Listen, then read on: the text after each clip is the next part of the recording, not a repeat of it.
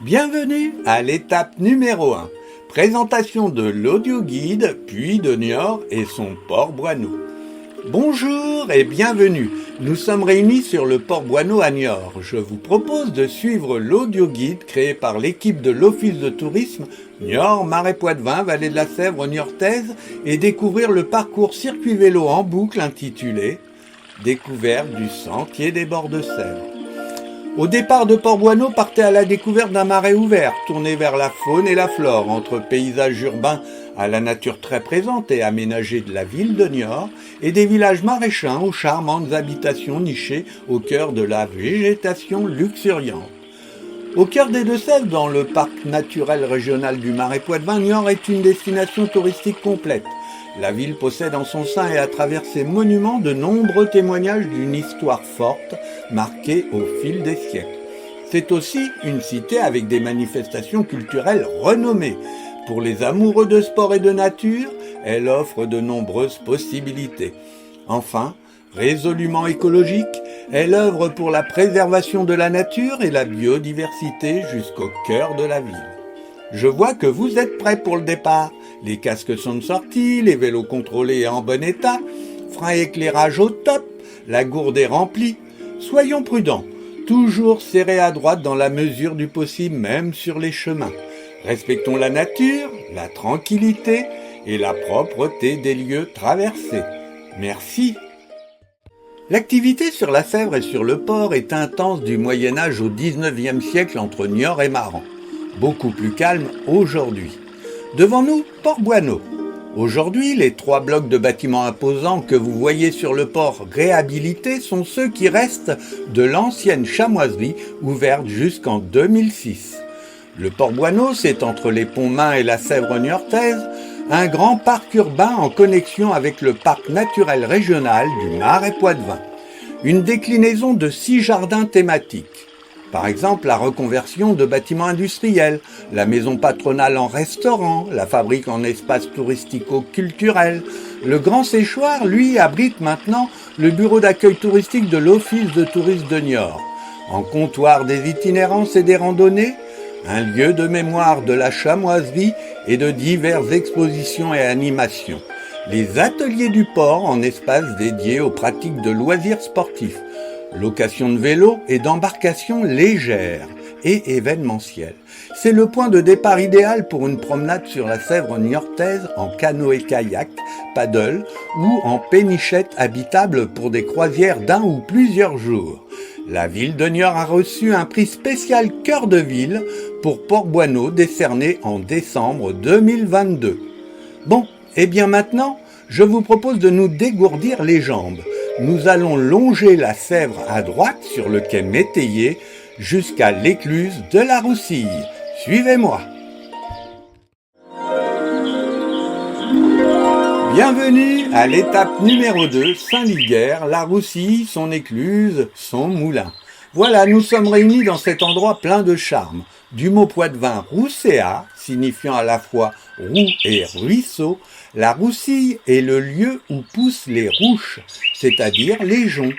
Son écluse est installée en 1394 par le duc Jean de Berry, comte de Poitou, pour retenir les eaux de la Sèvre niortaise dans le canal et le bassin de Niort. Elle est la plus importante des 8 écluses de Niort à Maran, Charente-Maritime, et une des premières écluses à sas de France. La date de 1808 est gravée dans la pierre de l'ancien poste de l'éclusier pour rappeler le passage à Niort de Napoléon Ier qui a réglementé par décret la navigation sur le fleuve. Dans le prolongement de l'actuel restaurant, l'ancienne grange de la maison éclusière abritait le cheval utilisé sur le chemin de halage pour tirer les gabarres sur le petit fleuve côtier. De l'autre côté de la petite passerelle qui franchit l'écluse se trouvent quelques bâtiments chargés d'histoire ancienne et de réhabilitation actuelle réussie. Maintenant, je vais vous parler de l'ancienne usine Rousseau à Saint-Liguère.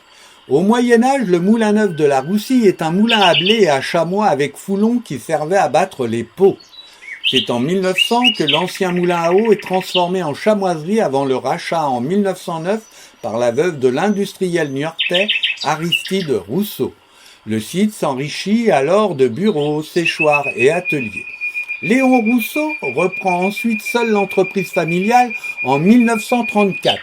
La ganterie complétant l'activité dans les locaux niortais de la chamoiserie Martin Bastard avant son transfert à Saint-Liguerre en 1938. À la suite de la fermeture de la chamoiserie, des artistes locaux ont investi les lieux. La Rousille ouvrant ses ateliers depuis de nombreuses années, le lieu est devenu aussi le cadre de petites prestations théâtrales ou musicales. L'association La Rousse s'est également installée dans l'ancienne chamoiserie-ganterie avec la vocation d'en faire un lieu de vie et de création. Ateliers d'artistes, de musique, de théâtre, de chant, d'art plastique et vivant. Elle a également lancé un nouveau projet intitulé « Parcours vers la mer ». Maintenant, nous continuons en traversant la Rousille et poursuivons en longeant la Sèvre en direction de Magnier. Rendez-vous à l'entrée du Pont-Levis. Bienvenue à l'étape numéro 3, Magnier, le Pont-Levis et le Fourpontais. Devant nous se dresse le Pont-Levis. Avant lui, l'usage du pont en bois bâti en 1853 en remplacement du bac est interdit en 1896 suite à la rupture d'un madrier en chêne constituant le tablier sous le passage d'une lourde charrette. L'actuel pont-levis métallique datant de 1901 supporte une charge de 10 tonnes. Sa partie mobile permet de laisser passer les bateaux qui jadis empruntaient 9 écluses de Niort à Maran afin d'exporter du sel, du vin, des anguilles et de la poterie. En 1800, le préfet Dupin écrit « Des marchands de Limoges et du Blanc venaient acheter les anguilles qu'ils emmenaient par 10 ou 15 charretées à la fois, après les avoir fait mourir dans le sel. Ils les livraient aux revendeurs qui, dans les foires et marchés, les faisaient rôtir en plein air. » Maintenant, je vais vous parler du village de Magnier, du latin Magnus, signifiant grand, et l'ancien nom d'une riche famille romaine implantée sur une île du golfe des Pitons. Bordé par la Sèvre niortaise et le Sevreau, le village a jeté par-dessus les cours d'eau 4 ponts dont le plus caractéristique est le pont-levis métallique, témoin de l'âge d'or du commerce fluvial au XIXe siècle. Ce trafic permettait d'exporter de la poterie, vieille industrie locale alimentée par le bris marin, l'argile du Marais. On fabriquait des articles utilitaires, décoratifs et de dévotion vendus aux pèlerins de Sainte-Macrine. Aujourd'hui, les pots ont laissé place à des expos d'art au Fourpontais situé sur le chemin de halage. Également, tous les ans, le Festival international de peinture est une grande manifestation de renommée internationale, l'occasion d'un concours de peinture se déroulant sur 3 jours à travers le village et le long des berges de ses nombreux cours d'eau. Maintenant, suivez-moi sur le chemin, vous voyez à droite du pont-levis, direction le village de Coulon. Nous nous retrouverons sur la place de la Coutume. Bienvenue à l'étape numéro 4, Coulon, dite capitale de la Venise verte, et son écomusée, la Maison du Marais Poitevin. Nous voilà réunis sur la place emblématique de la Coutume à Coulon. La Coutume étant le nom d'une taxe dont devaient s'acquitter les propriétaires des bateaux de transport de marchandises diverses. Labellisée petite cité de caractère, située entre plaine et marais, Coulon est un ancien domaine colonial gallo-romain exploité par des colonies. Avant, ouvrier agricole libre, mais lié à la terre. Il devient au XIe siècle un gros bourg rural ancré le long de la Sèvre niortaise dont l'activité portuaire est intense du Moyen-Âge au XIXe siècle entre Niort et l'océan. Le bras de la Sèvre originelle, nommé la Dive, qui serpente jusqu'aux abords de l'église, est canalisé au XIXe siècle, éloignant ainsi le fleuve du bourg. Pour permettre aux fermes de garder un accès direct à l'eau, des fossés sont creusés par les habitants. Mais par souci d'hygiène, ils sont comblés et rebouchés par des venelles et de nouveaux quartiers sont bâtis jusqu'au front de Sèvres. L'écomusée sur la place de la Coutume à gauche, vous voyez là, l'entrée de la Maison du Marais Poitevin et celle aussi du bureau d'accueil touristique de Coulon. Incontournable est la visite de l'écomusée. Il vous permettra d'avoir les clés de la compréhension de notre territoire. Il vous dévoilera les mystères du marais Poitevin. Comment est-il né? Par qui et pourquoi les canons ont-ils été creusés? Et plein d'autres questions. Entrez dans le Marescope, asseyez-vous dans l'amphithéâtre, la lumière descend, et grâce à la projection sur grand écran, l'audio et la maquette animée géante, nous sommes plongés dans l'histoire du marais Poitevin, de l'Antiquité jusqu'à nos jours.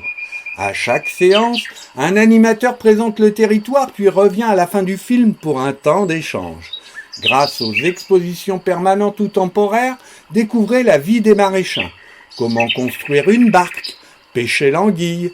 Vous découvrirez également un intérieur traditionnel meublé du 19e siècle et aussi de nombreuses et diverses expositions à thème. En fin de visite, la boutique vous propose des livres, produits artisanaux et régionaux et souvenirs. Le bureau d'accueil de l'Office de tourisme se trouve dans la maison du marais Poitevin. Le lieu est ouvert d'avril à début novembre. Voilà pour Coulon. Maintenant, venez. Nous allons passer par la passerelle au-dessus de la Sèvre. Vous voyez là, ensuite à gauche, puis à droite en direction de la Garette. À un moment, attention, il faudra traverser la départementale pour rejoindre le sentier des Épinaux. Allez, c'est parti, suivez-moi.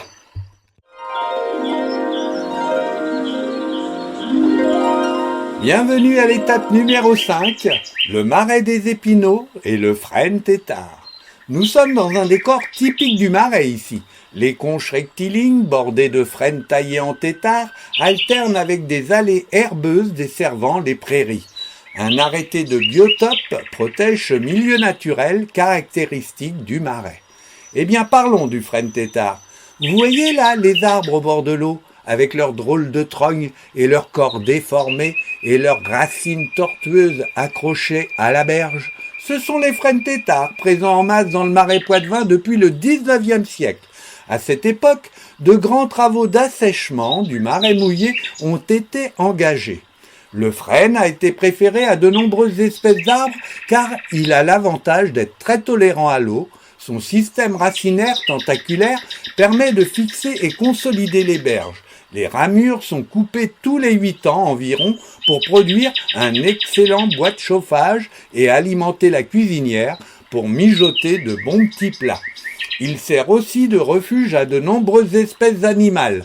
Vous les trouverez souvent alignés en rang d'oignons comme ici le long des canaux, tendant leurs branches à ceux de la berge d'en face, constituant ainsi les remarquables arches des cathédrales de verdure. Maintenant, suivez-moi, nous allons passer par le lieu-dit du Sevreau, puis Saint-Liguerre, pour rejoindre à travers les chemins le bord de Sèvre jusqu'à la base nautique de Noron.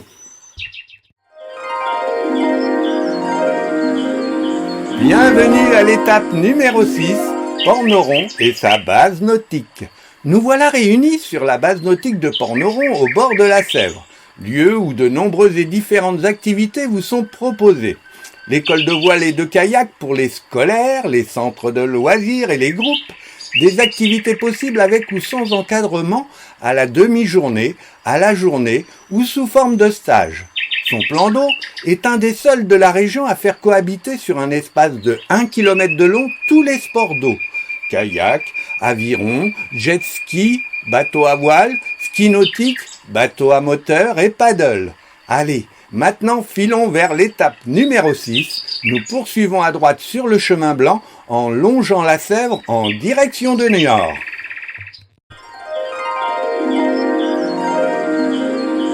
Bienvenue à l'étape numéro 7, les jardins et quai de Belle-Île.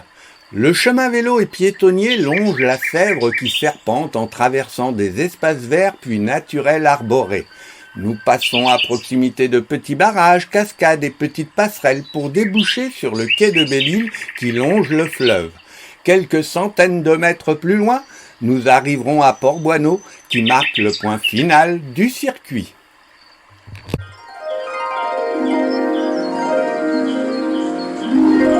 Bienvenue à l'étape numéro 8, l'étape finale, l'étape d'arrivée. Voilà, nous sommes de retour à Niort-Port-Boineau. Le circuit visite rando est terminé. J'espère que vous avez pris du plaisir dans votre découverte. Nous vous proposons de retrouver d'autres balades et audio-guides vélo dans nos brochures disponibles dans les bureaux d'accueil de l'Office de tourisme Niort, Marais, Poitevin, Vallée de la Sèvre niortaise, à Coulon et Arcet d'avril à début novembre, et à Niort toute l'année, ou également sur notre site internet. Au revoir et à bientôt dans le Marais Poitevin.